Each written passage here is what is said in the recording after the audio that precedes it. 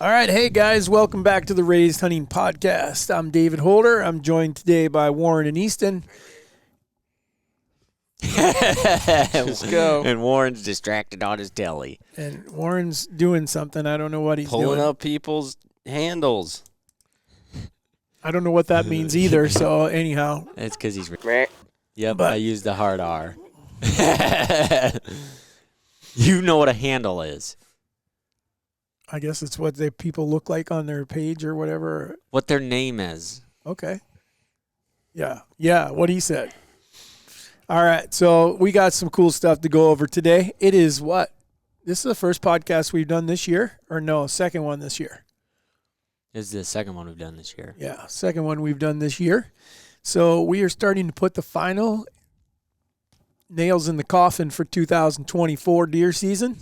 And we're going to talk a little bit about that late season part of it and how that works into your not just killing your deer or targeting your target buck late in the season like that after the rut, but we're also going to talk about then when it gets into looking toward next year, is it worth doing now? I mean, or should you just be waiting until summer or spring when deer start growing antlers again? So I think we somewhat disagree on this subject. So for all of you that like to tune in when you hear us bantering back and forth, welcome to another podcast. So, and with that, I will just do like I normally do and apologize because they are going to say something he already did that we have to apologize for. And so here we go. It's okay if the hard R's at the beginning. End. Oh, man, you've been sitting on that for about 10 seconds waiting on that one. No, it just came right to me. Oh, boy. Whoo! Onward, donkey. If we're going to apologize, we might as well give them something to apologize for. Are you going to read the reviews? I didn't know if it was me or you first. It's always Always you you first. Shout out to William Ayers, SB4TT, Jeremy Rupsick, Nurse Mike IN, David Harrison, 9731, Back Mountain Outdoors. That's better than Brokeback Mountain Outdoors.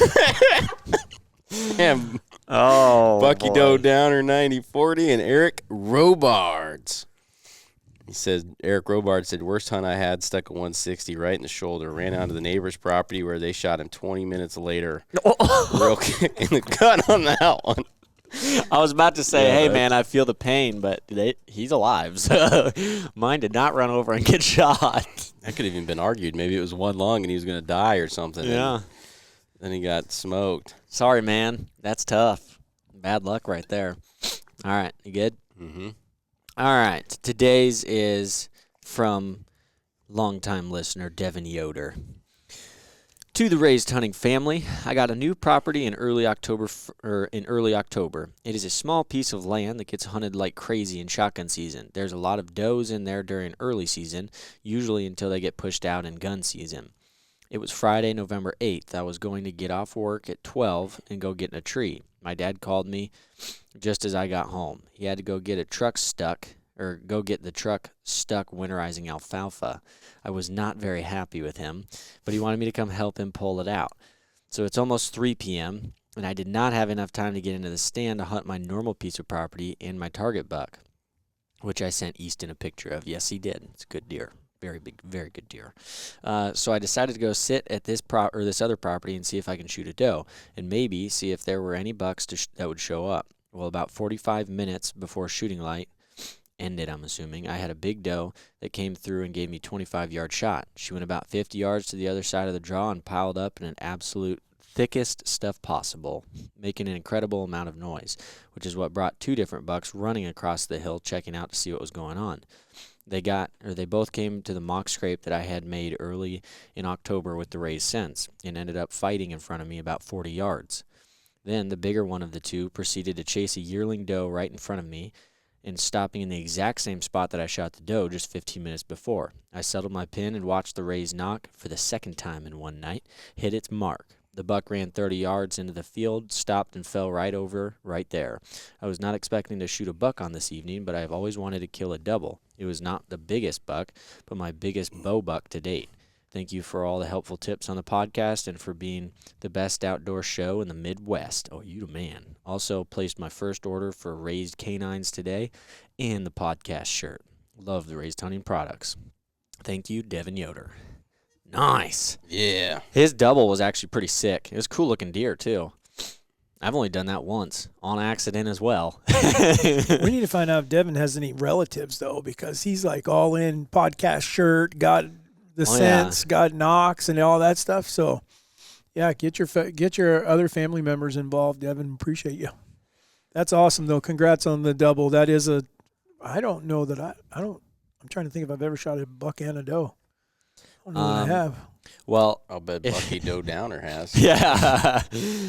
Mine was quite interesting because if you watch the video, all in one clip, I shot the doe with Warren, and then was it you that saw him or me? I think I had turned around and seen him. Neither of us were paying attention. No, I saw him on the monitor. Yeah, you were doing in the interview about I was shooting. turned around. I mean, Warren had not stopped recording, and I was turning around talking to Warren. It was my first ever doe, and I was pumped. And then Warren's like, "Wait, there's a buck coming," and I turn around and big buck comes walking into 30 yards, and bunk, shot him right there too. Yeah, because I was looking at the screen, and then I saw something moving behind you, and then I looked up and was like, "Meh." Yeah, we got lucky with that one. That was all one clip, one doe, and then 5 minutes later a buck. Exact same spot. Yep, faux show.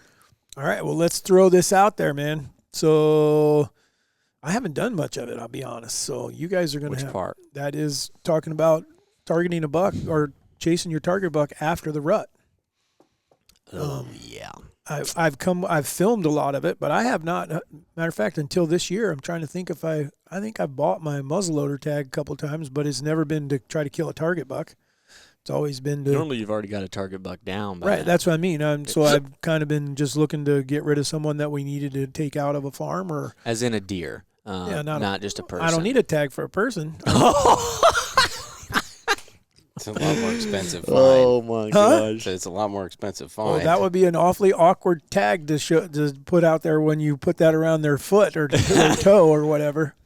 Yeah, we're gonna continue on this one because this could go downhill real quick. I don't know where you tag them. That's what I'm talking about. We're gonna continue right now. So, but we are going to talk about chasing your target buck after the rut. And honestly, I would say you probably have the most experience with that, and Warren probably second. I mean, you got some this year for sure. Yeah, way more than I wanted. I will say that I do have a lot of experience hunting late season, obviously, but not necessarily until the past couple of years. It would be like after a specific buck or bucks, or after shotgun season. After shotgun season, most years you've killed before shotgun right season. Before it, yeah. Which I wouldn't really necessarily consider that late season. That's not necessarily after the rut either. The tail end of the rut. Yeah. But later in the year, I guess. Well, what's your point? I always think of late season as once you hit December, you're pretty much you're well past halfway through our season at least. Well, I think here, at least in Iowa, I think after shotgun season changes things up still even quite more. A bit. Yeah. I think definitely everywhere it'll be different as far as where someone lives, as far as exactly when that happens. But there is a point where it changes weather-wise, and so it changes the deer, changes what they're doing and how they're reacting. And once that starts happening, I feel like you have to change your hunting patterns too, because the deer have moved where they're going, or changed how they're going to and from, and that kind of stuff. Well, we could generalize that. I don't know what the South would be like late in the year. I feel as though they probably don't get enough harsh weather to like make their deer consistent. But I could be skepticizing here. Maybe it's all relative down there. But if we just look at whatever point in time, for us it's typically after shotgun season. For other people it could be different. But any point in time where it's the tail end of your season, it's the late season typically, you're focusing more on maybe food or basically the time where you're not expecting a buck to come running by with a doe, in general speaking terms. Do you think it gets easier or harder to kill that buck? That buck, or even if you assume you have 5 bucks you're after, even just so you're not, because I feel like trying to pick one buck is excruciatingly difficult. And even on the ones that we have picked, like a specific buck out to try it that we're trying to focus on, we still have other ones that we're hunting as well. So do you think it's harder or easier? Well, my initial answer to that is it's harder. Only because I'm thinking that now the deer's been pressured from bow season, gun season, has been going on for a while. What I'm hoping that would have worked, meaning scrapes and rubs and things like that, probably aren't going to be as effective at this point in time. So you basically have to really hone in on where does this deer live, meaning where is he sleeping and where is he eating. And so in some respects that can make it easier, that you kind of dive into that. But Warren's perfect example of you can find that and it still doesn't make it easy to kill him. Yep. You can know exactly where a deer is bedding and exactly where he's going to feed. And if you don't get the right winds, if you don't have multiple scenarios that you can throw at them, then you're kind of at the mercy of of what Mother Nature throws at you. What do you think? I think if it's not the same deer that you picked out before the rut, I think it could be easier. Because the deer that I've been chasing, Was he even around during the rut? Very, very seldom. Okay. Some of the cameras didn't work, so I'm not sure. Like their batteries were dead, and I know they knocked him over the one time. So I don't know if a few places if he was there quite a bit, but I also wasn't really paying that much attention to that deer during that time. I wasn't really paying that much attention to any of them, but anyways, I didn't see him a lot. And then once we got into the late season, and I got really lucky on finding him because we had the camera that we had was at another place where there wasn't anything. And so I asked Dad to grab it, and he did. And I was like, I'm just going to put this back here at this other field just in case. And I think it was the next morning I had a picture of a good deer. And then that was December 1st. And then he was there. He's been there since. He's there. I believe he's in that piece of timber and out in that field 70% of the nights. Do you if know? Not 80%. Have you guys have known him from year to year? Yeah. Oh, yeah. How many years? 3. At least 3. 3. And you guys still don't have a name for him? Nope. Poor guy. We need to give him one. But yeah, no kidding. I think, and he's does it during daylight, and he does it very consistent. I think if knowing what I know now, I would be really, anytime I was trying to find a deer, I think I told you the other day, I think I would make a 3-day rule where if it's like temperatures that are 30 degrees or less and what should be good deer movement, and I have a camera somewhere for 3 days. So I give it from the 1st to the 3rd, and if I don't have a picture of anything, I'm moving the camera. And then I'm doing it again, and I'm doing it again, I'm doing it again until I find something. Because I think that you could have had a camera on the other side of that field, and I don't think you would have known he was there. Yeah, so what are you going to do, though, when you keep moving it too quick? I don't think you will. I think you're going to all of a sudden find him. I mean, if you're looking for that one. If you're looking for, you know he's there. You're looking for one big deer that you're pretty sure are mated. So you're going to need more than one camera. Yeah. Right? This is going to assume that you have several cameras and you got 3 or 4 deer. I don't think you can narrow it down to one. If you know he's alive, then that's good. And then I'd be starting with all the food sources. Where's all the areas that I think could be home and where is food? And I'm going to those places, and I'm going to put it at the obvious trail crossings. There's a fence with part of the wire down. I'm putting a camera there. They like this corner. I'm putting a camera there. And then on wherever else, I'm putting cameras there. Because the thing about this one that's so weird is there's another food source that's 200 yards away. And I think I've had him on that camera twice. 2 times in the entire month of December. I've had him on the other one probably 20. Yeah.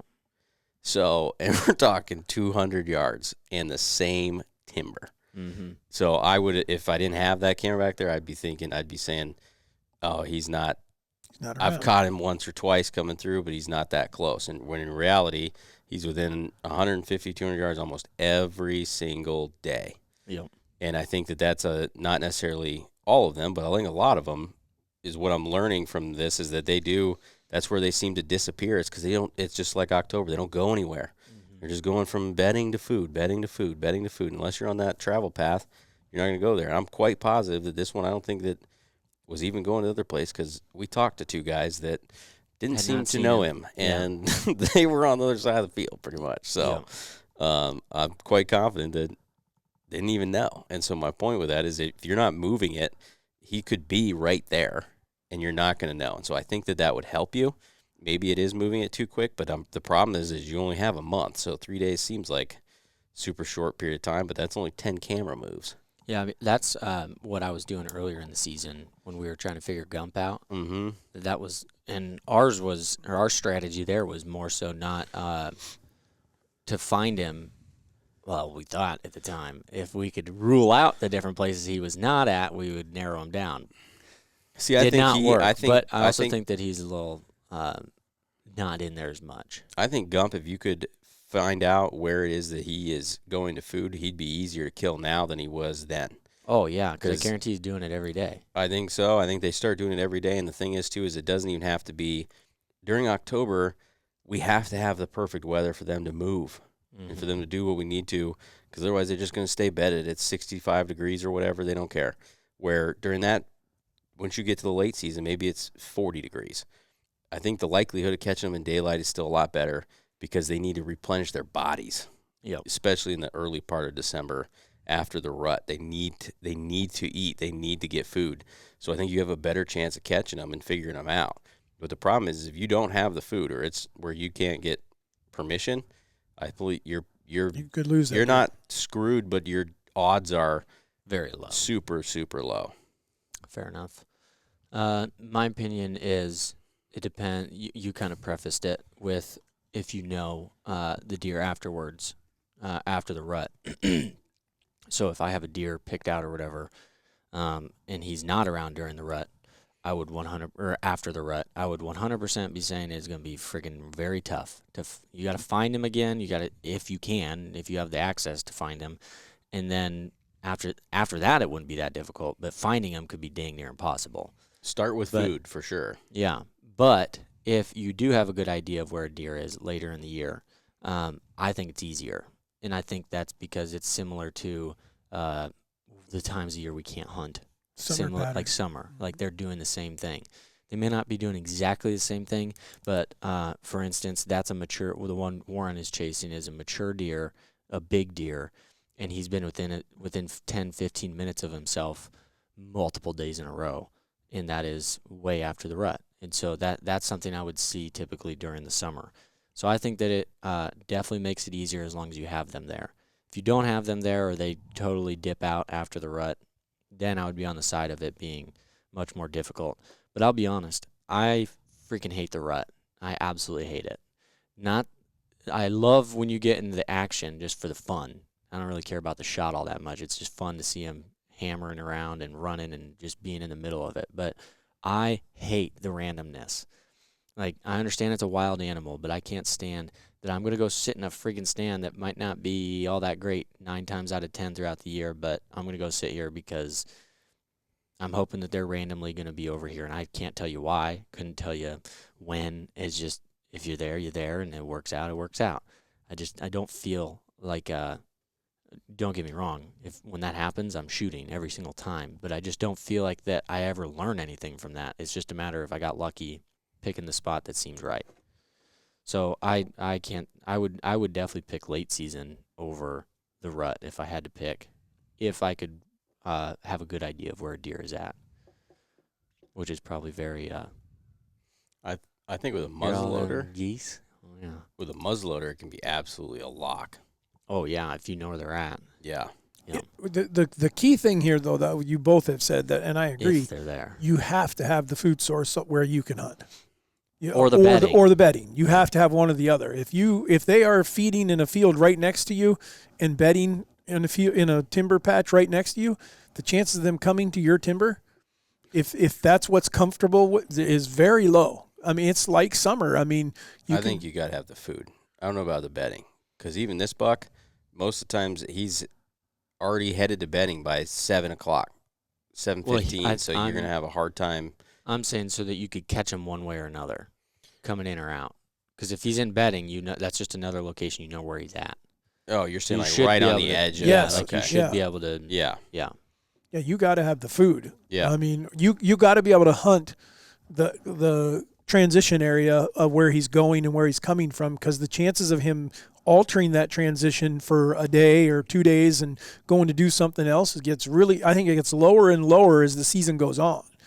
Because they're, like you said, they're having to recover it. And I'm assuming also that someone that's listening is living in a place where they have winter, where it gets to be that. Because if you don't have the winter, then none of this may make sense. The deer may not change much. Yeah.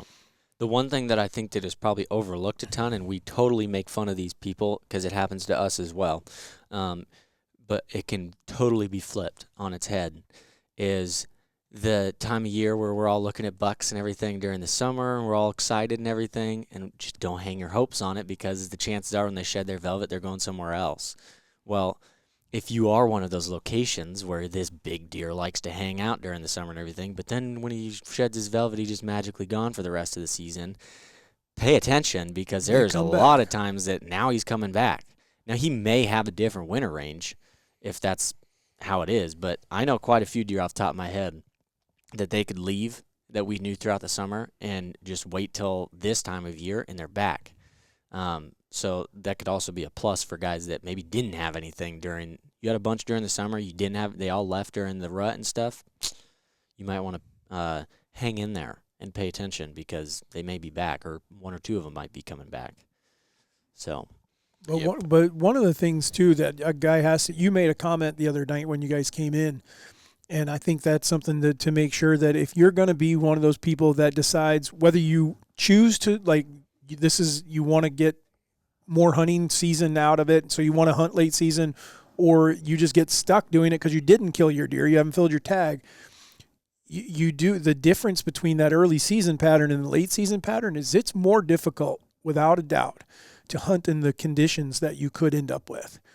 Windy, cold days, more clothes on, more gloves, everything changes. And so Especially with a bow. Yeah, so make sure you're practicing and with that stuff on, and seeing if you can draw your bow with your coat on, with a face mask on. Can you get it out of the way? It sounds very minor and stupid, but it's not. It's a big, I've done, the coldest I've ever shot a buck was -18. And it was freaking cold, but I wanted to see if I could do that. And like, it was so cold that I wouldn't let them give us tinfoil to put our sandwiches in. We put them in paper towels because it was too loud. Everything froze. Yeah.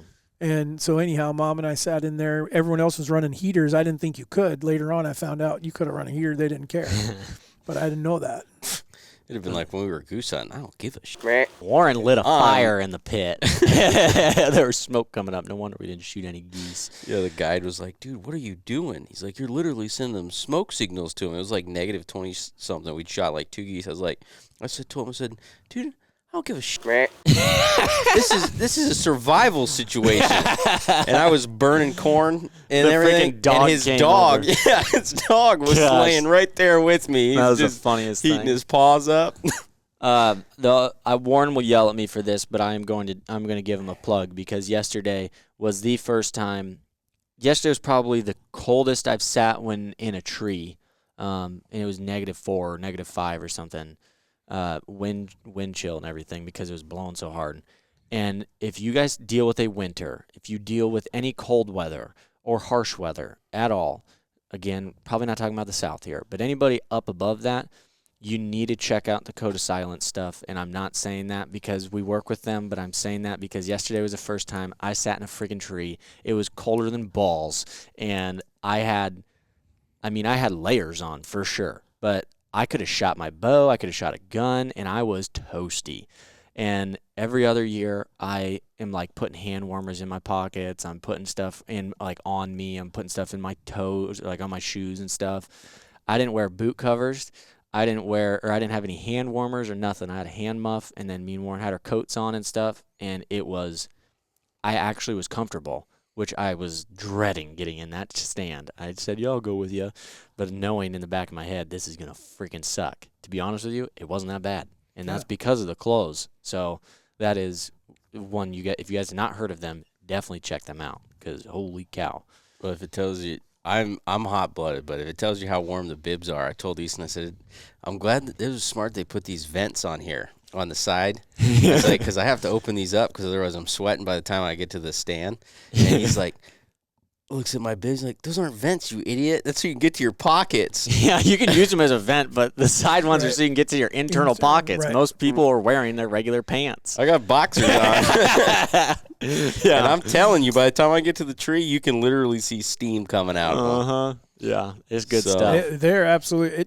I've worn a lot of clothes, and I don't know if it's the comfort or the warmth. I don't know which is more. That makes them that much better. But I've never worn a set of clothing like this.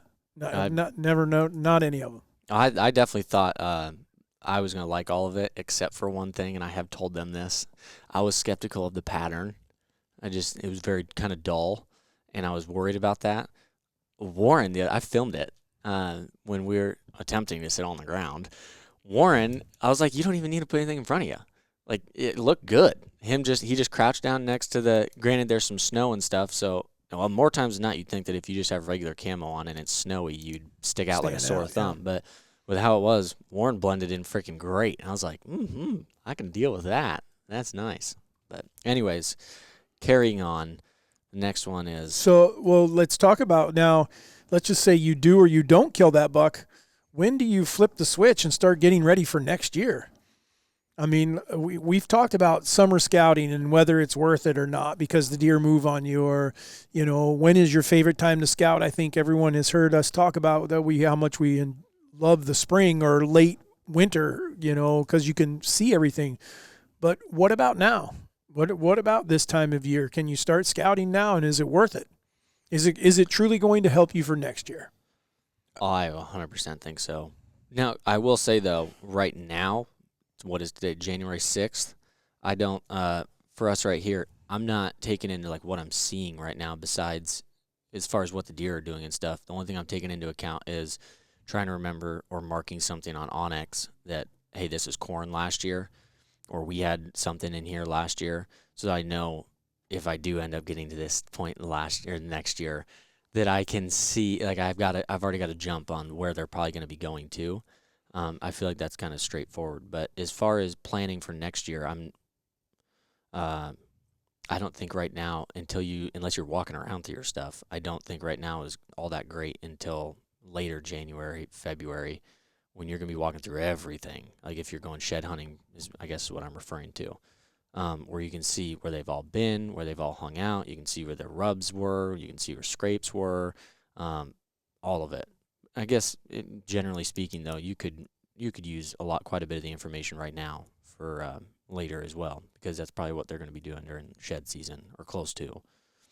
I think shed season is when you learn the most, but I think you could be using now just more so even just trying to figure out who's made it before they all drop. I think it's a good time to be if you have places where you can see to the road and stuff that, driving by, checking fields, looking for them and seeing who's made it. And then I think the other thing you could do is just get an idea, like Easton said, marking places where there is a lot of deer in case next year you get to that point that you already know, hey, there's the deer really yard up here, or these places there seems to be a lot of cover and they like to bed when it gets really cold, stuff like that. The one part that is big for us is, like, this year we spent a lot of time changing fields or, like, trying to put different food sources in and everything. And one of the ones that I put in this year was sorghum. It was no idea what breed or strain or whatever of sorghum it was, because every other time we've planted sorghum, it's been like 3 foot tall and it's perfect, and they love it. This stuff was like 6 or 7 foot tall.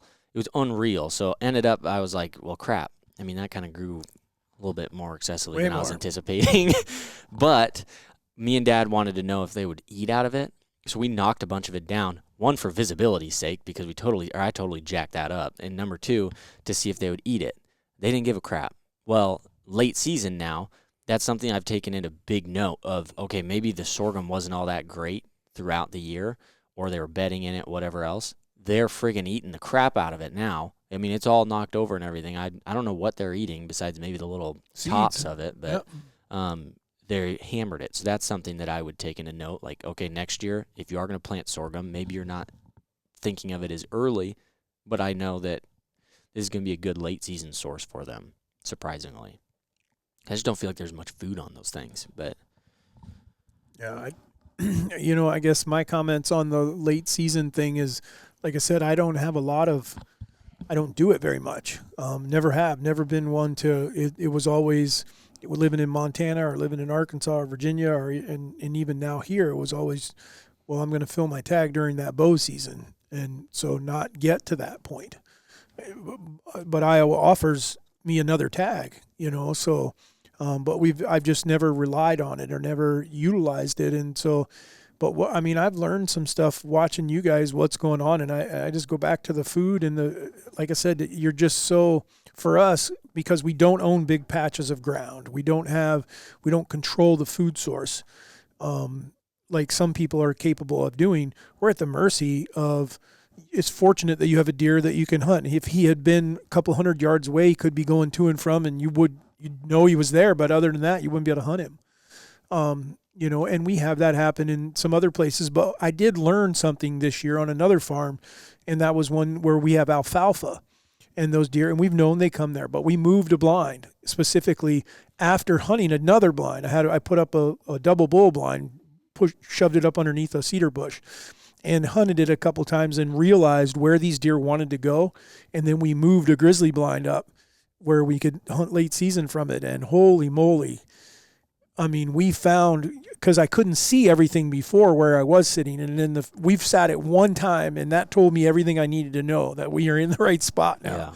Yeah.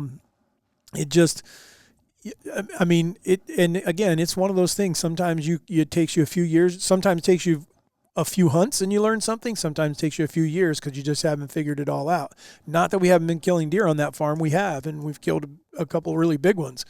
But now I feel like late season wise, we have something dialed in.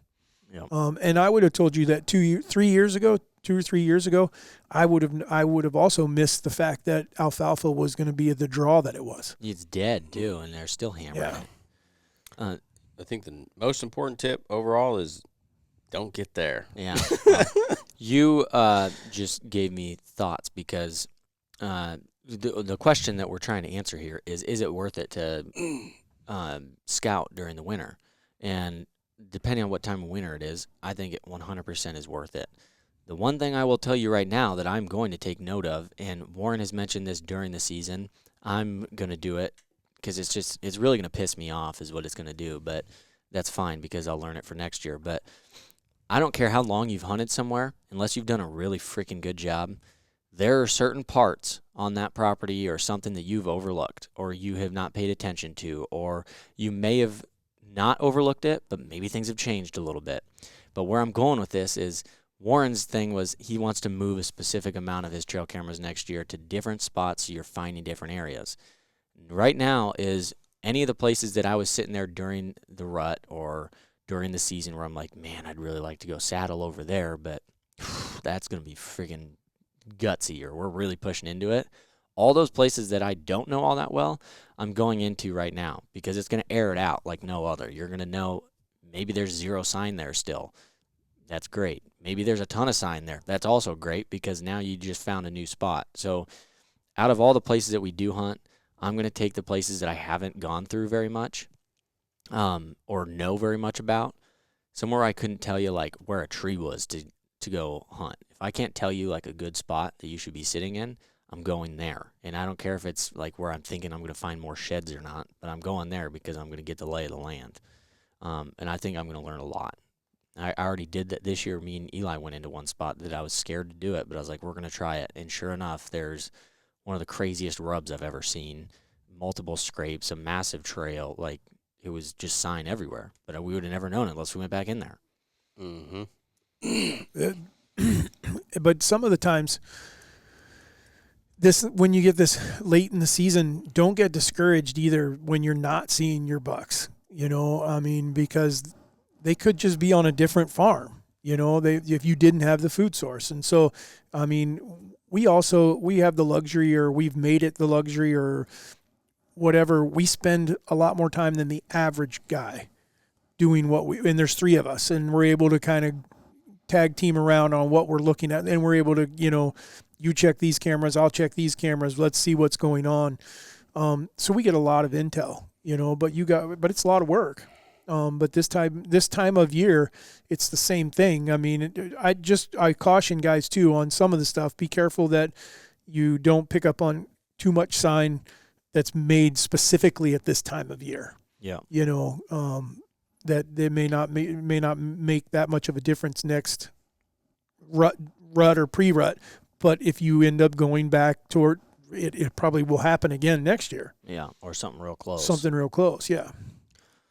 I have a question that's I just kind of, it may not be super on topic, but how much percent, or you're not going to be able to come up with a percent, there's no way. For instance, so you guys understand kind of where this question is coming from, the places that we have or the farms that we have or whatever that we lease or we are hunting, we know, I won't say that we know all the deer because it's just impossible. So there's a great chance there's other bucks around that we've never seen before. But out of the amount of information that we do have on each farm, we know a pretty large majority of what is running around in those spots. In a situation like that, you can assume that, yes, whatever one lived, if you knew you saw him or you found an antler, this, that, or the other. Number one, how many do you think are returning the following year as far as a buck from this year to next year? And then on the same side of that is, what are the odds you think that a new buck is going to show up next year that is freaking huge? Because a lot of guys, if you really think about it, you should have a pretty good idea. You shouldn't be that surprised if a 2 hundo shows up because you had him around last year. He was huge and you expected him to blow up. Or do you think that some of these huge deer that just show up on these places are just either they blew up so much nobody recognizes them, or the deer randomly freaking moved somewhere? And we're saying this is of bucks that we know survived? Yeah. Like a survival rate is we've done pretty good. We can kind of put a little bit of a number on that. Well, you're saying like a buck we know he lived on the place or whatever, and we know he made it through the year, and we're assuming he lived, and then saying like next year that he's alive. Yeah. What percentage, roughly? Yeah. As far as the living side, what percentage? There's 2 questions. Is it what percentage of how many of them chances do you think of seeing him back? again? Or okay. Yeah. I'm saying because this would vary a ton state by state too. I mean, we probably are way higher than of ones we know lived. I'm saying 85 to 90% are coming back. You think it's that high? See, I was thinking like 50, 60%. I was going to say I don't know that. I'm saying if we know they've lived. I think that's the problem is that some of them died. Yeah, because you knew that he died. You may not have known, but the reason he ain't back is because he's dead. Yeah, but you're saying so that if we can't confirm that they lived, there's a good chance they're going to be there again next year. I think it's 85%. I would agree with that. That is a high percentage. What? I'm just thinking of one in particular, though, that we knew he made it, and he never showed up. Who? Mini Mitch. Oh, I think he died. From what? EHD? Okay. We're back. A mid-pretzel. I think most of your new big deer, people aren't recognizing them. And I think that's it is a deer that just jumped huge. I can think of one that is not the case, though. Who? 3. He showed up, and we have that deer. I'd found him. I'll show you, and I'll bet $200 on it. Well, didn't he just show up for a day? Well, he was there 3 days, and he had been killed. I didn't know it. Oh, yeah. I can show you that one. Another one was Mongo, which Mongo was around, though, but he didn't stay around. He just popped in, but by the time I got pictures of him, he was already dead. Yeah, I guess the problem you have is maybe a Mongo, your BG's from 2 to 3. That's big. If they do what they did there, 90% of guys are saying that's a brand new deer. Yeah. I do not know who this deer is. Especially if you don't have, like, we do have, yes, we have a lot of trail cameras, but we also have a lot of video of different deer that we've seen throughout the years that we can go back and look at. And a lot of dudes would be like, yeah, I saw that deer, but there's no way they're going to be able to remember that many of them. Well, and you also have guys that just, it's hard to believe, right? They're like, no way. Well, that would mean he did a 50-inch jump. Yeah. In a year. The reason I was asking that, though, is because, like, how much hope could you put on in a place like Iowa that, okay, we don't have very many up-and-comers, or we have some that are this, that, or the other that could potentially be pretty big, that you just happen to be a 200 shows up. Because I feel like there's 200s killed all over, but I've never freaking seen one. So what is it like? What We've can seen one out of a stand? Yeah, me and you on the ground. Yeah. Muzzleloader hunting last year. Oh yeah, that was 2 years ago. 2 yeah. years ago. Yeah, that one got ran over by shotgun season though, didn't he? No. He was only there a day. Oh, maybe, yeah. Yeah. But as far as like, I thought he got killed. I thought He the did neighbor get killed killed. Easton saying that how he ended up there Oh, was yeah. probably from Yeah. shotgun hunters. I guess that's just my thought on it. Is I don't understand how. I mean, I think you probably just answered it though. That the majority of them probably were there the year before, and they just didn't recognize it. So maybe that means that we're doing something really wrong. Well, I don't. As far as why, where do you think we're missing so many? Well, I don't really care to air it out that much, but I know that there's multiple 200s around us quite often. I mean, it's not like you may go a year or two in between, but most of the time, just about every farm that is around us has killed a 200 at some point or another, if not multiple. How many though in like the last 5 years? There was one or two down south of you just a little ways, wasn't there? Like 2 years ago? No, I think it's been longer than that. It might be. But I'm more so curious on like the fact that you could say that just about all of them have had one that has been killed or multiple that have been killed throughout time.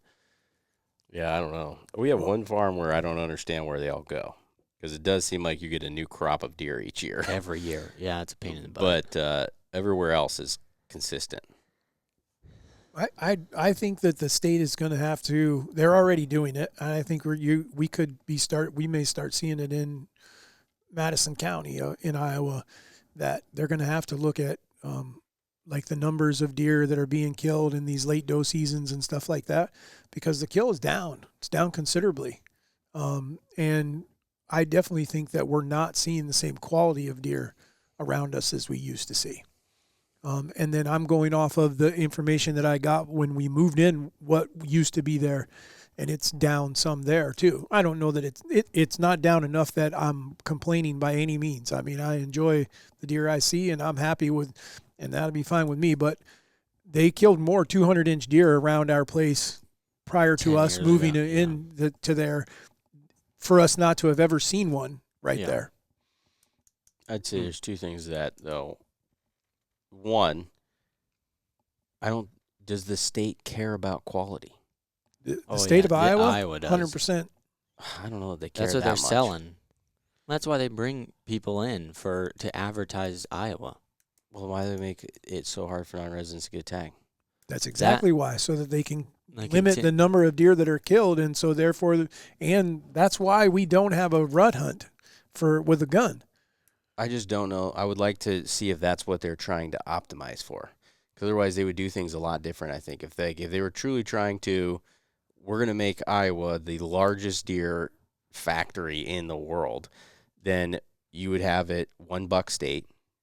You wouldn't be giving out multiple states to landowner tags. You wouldn't have party hunting. Like, there's all kinds of things that you would be doing different if the goal was to have the largest deer. I think the goal is to keep the population at a certain threshold, and they prefer to give those opportunities to residents more than non-residents.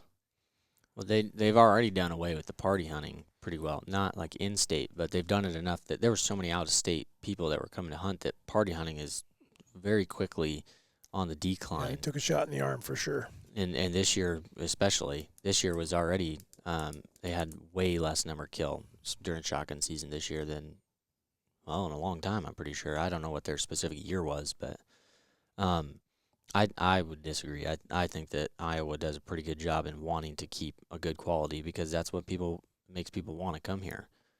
I think they do a pretty good job. I just don't know if it's their number one priority. Well, I don't know if it can be number one. I mean, it's number one compared to other states, and because I think number one, they have to keep it in management. Yeah. I mean, we have to coexist with the deer. Yeah, but the second thing I would say too is I wonder if maybe we just have a different understanding now of what big deer are. Yeah, that's valid. Because when we first moved here, I remember driving around and seeing 150-inch deer everywhere, and that were probably actually more like 140s, and totally mind blown. Yeah, they were monsters. Everything was huge. But my point is they killed 4 bucks in the section that I own a piece of ground in that were over 200 inches in a 7 or 8 year span. And there hasn't been one killed there since we've lived here. Before you... No, I take that back. There was one of those 4 was killed right before we bought the piece of ground in there. But there was 4 bucks killed in there that were all over 200, and now there's no more. Maybe There hasn't been another one. That is interesting. I don't know why that happens. Yeah. And one was 240. Holy One was crap. 215. And then the other 2 were just over 200. That's wild. Yeah, I don't know. Don't listen to our deer management tactics. Well, I don't think that I think we're doing all we can. Yeah. We don't, like I said, we don't own a whole section of ground. And even if you did, that still isn't big enough. 640 acres is not enough to hold them. Yeah. I definitely think Iowa's going to be 600. Where'd you get looking. 640 acres? That's a square mile. Okay, well, you made it sound like we have 640 acres. Yeah, that would be No, nice. I'm just saying that's what a section is. Yeah. I definitely think that they're going to have to make some change, or something's going to have to happen, because I think that as a whole in the state, the quality is seen a pretty big hit in the past Feels 5, like it. 6 years. But that's also what we just talked about in the last one, going through social media. I don't see nearly as big a deer from Iowa. All these other freaking bordering states came and jacked our deer. Ohio's killing whoppers, Kansas, Missouri, Illinois. Give them back, you turd lickers. We want them back. All right. All right, Warren. You wacky facting us? I'm working on it. Lordy. Ain't like How many deer? How many sheds? You guys should predict how many sheds that we'll find in a hay bale. Not in a hay bale, in a hay stack this year. You got a prediction? Well, we haven't even put any out yet, so I don't until I know how many places we're going to have out. But there's been years when I found 1 or 2 at every one of them. So I would say somewhere between 8 and 10. I would like to find a decent one. I did find straight up I've never. one time. No, that's fair. And I found another one at the Law 60 Yeah. that Dan comes running back. Dan was like a year old, 2 years old, comes running back. He's got a forked horn in his mouth. I was super pumped because he had an antler, and he dang near tripped over the other one, though I could see from 20 yards away. Yeah. And that was big. That surprise me. was bigger than straight up. In 1970, Nope. Fact time. 19-year-old Ira Giselle founded the Committee to End Pay Toilets in America in Dayton, Ohio. This grassroots organization successfully lobbied against pay toilets, leading to bans in cities like Chicago and several states. By the mid-1970s, pay toilets had largely disappeared across the United States. So you had to... It was like a Why the heck vending are you making machine to them be able to frickin- get access to the toilet, Oh, to get access to go in? to go to the bathroom. Interesting. I was sitting there thinking, what do? Take a turd and then drop a quarter? Or what? Do you need a 50 cent or 25 cent? Are you 1 or 2-ing?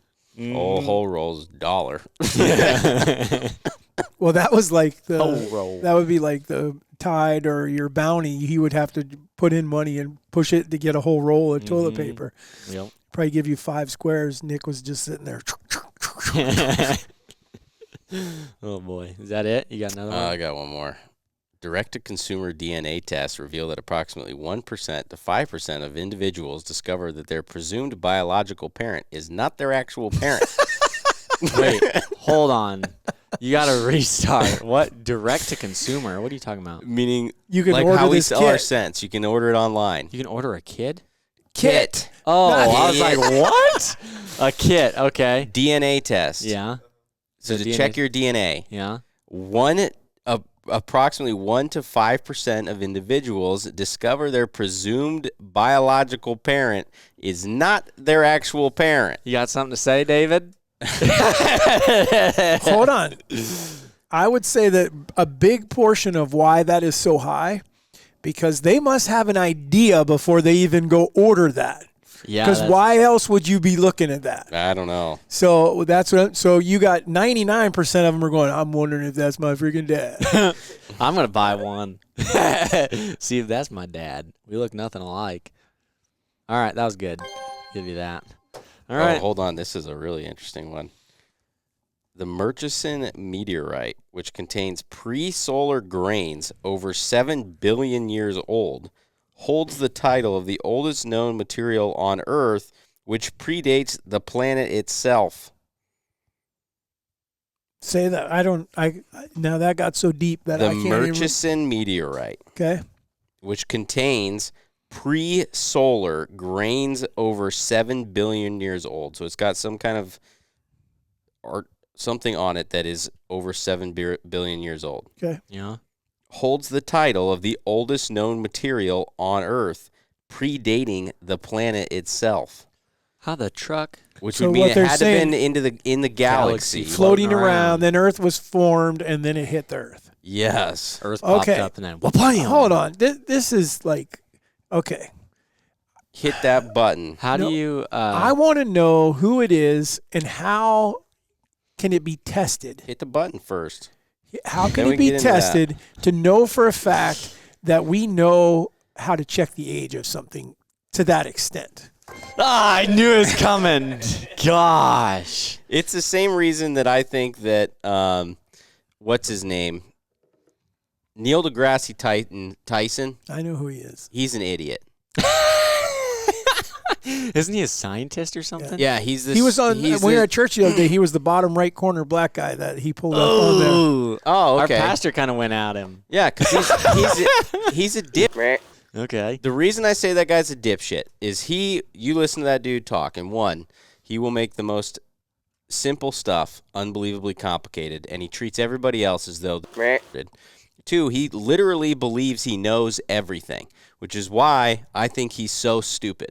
Because he's that he will oblivious tell to you think that he knows everything. Yeah, he will tell you that this is why God can't be real. This is why this isn't real. This is why that is. This is how the universe is. This is how this is. Yet the dip is too egotistical to tell me how come you can't even tell me they just found a new frickin' orca whale in the ocean.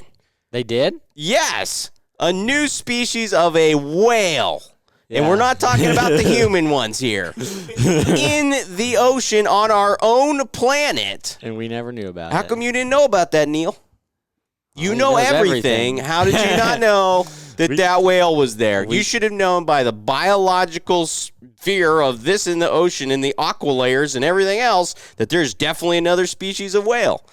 So that's why I think he's a moron. So that brings me to the question: We struck a nerve on this one. How can we know that this? I don't think you can. I think a How lot do of you what we know- say is probably bull.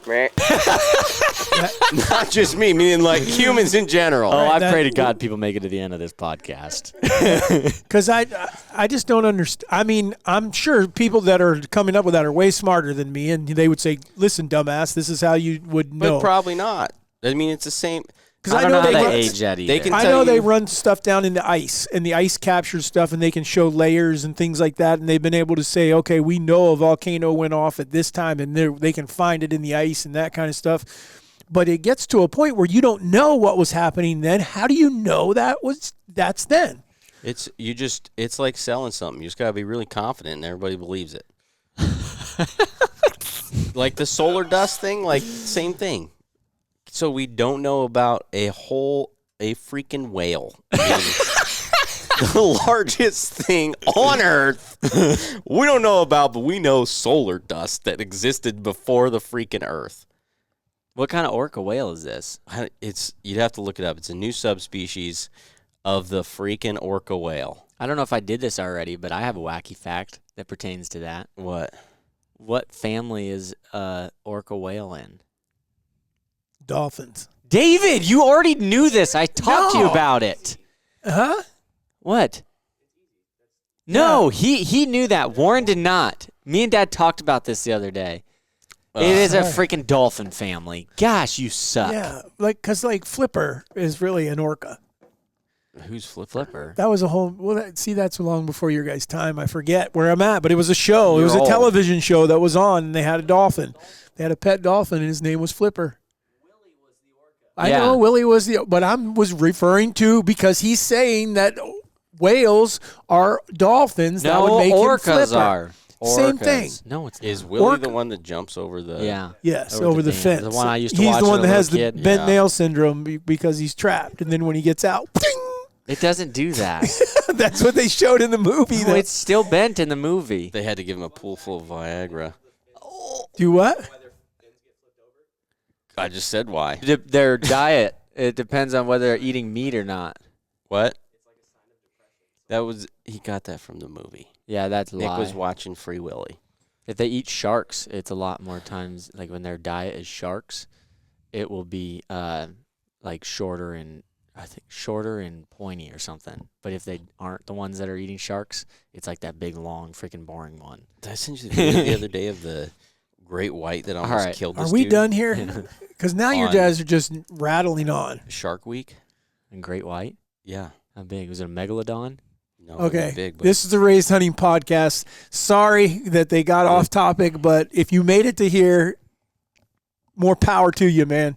Amen. Talk to you guys later. Peace. yeah, except you, Neil.